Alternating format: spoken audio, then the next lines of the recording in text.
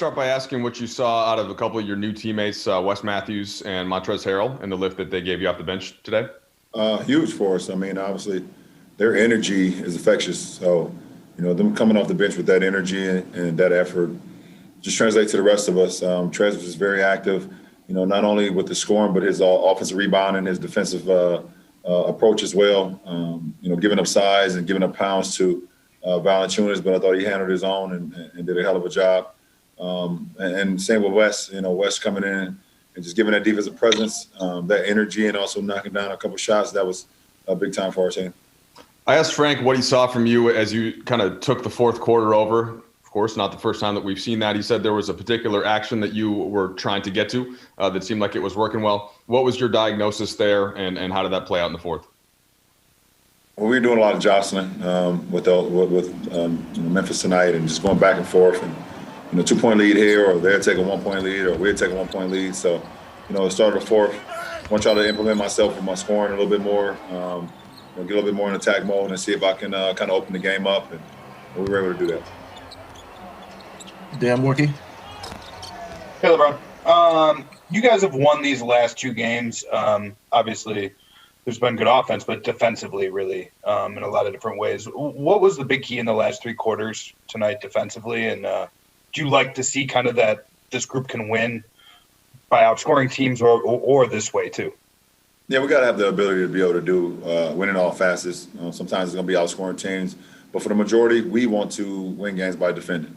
When we defend, we rebound, we're able to get on a run and get in early transition and either get fast break points or able to get into our early actions, give ourselves a lot of time on the offensive end. So, tonight was one of those instances after the first quarter where they had, I believe, 36 points or whatever the case may be. After that, they had 58 for the rest of the game. I think 56 or 58, but it just showed what we're capable of. We want to continue that going forward. Dave? LeBron, homecoming games, for lack of a better term, are such a big part of the NBA experience. You had one of the more remarkable ones when you first went back to Cleveland. Last year, you guys had that battle in New Orleans, making a comeback in AD's return.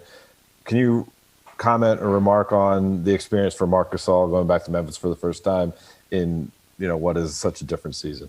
I just hope that, when we get our fans back that Marc can get another one, because he deserves it. What he did for this franchise over the course of those years, it was hell coming here playing him.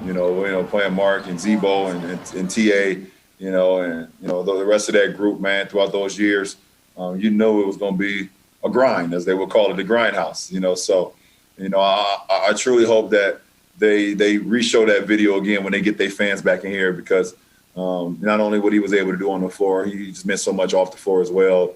The guy actually, he even went to high school here for 2 years when Powell was playing in Memphis. So, he's been a part of this community for a long time. All right, a couple more. Bill Orm. Hey, LeBron. Coming into this season, there was a line of thinking externally that you would ease into the season, or you would pace yourself due to the nature of the season. And like with most things, when people say this is what LeBron should do or this is what LeBron's going to do, it so far doesn't seem to be the case. But are there ways in which you have paced yourself this season, or are pacing yourself right now, or do you just reject that line of thinking? I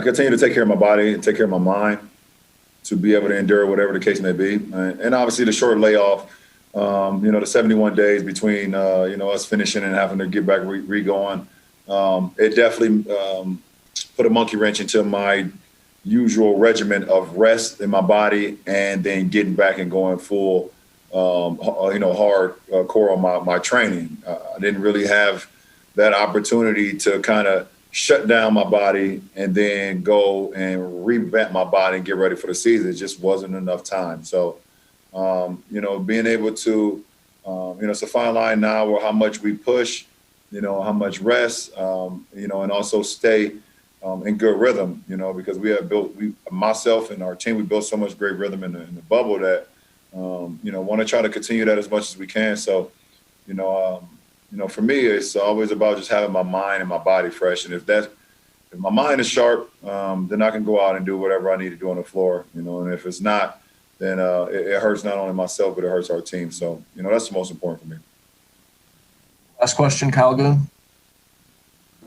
LeBron, I guess there were a couple fans in San Antonio and then maybe more fans tonight. Does that register? What's sort of the gradient of having, I don't know, more than 1,000 fans versus having a full?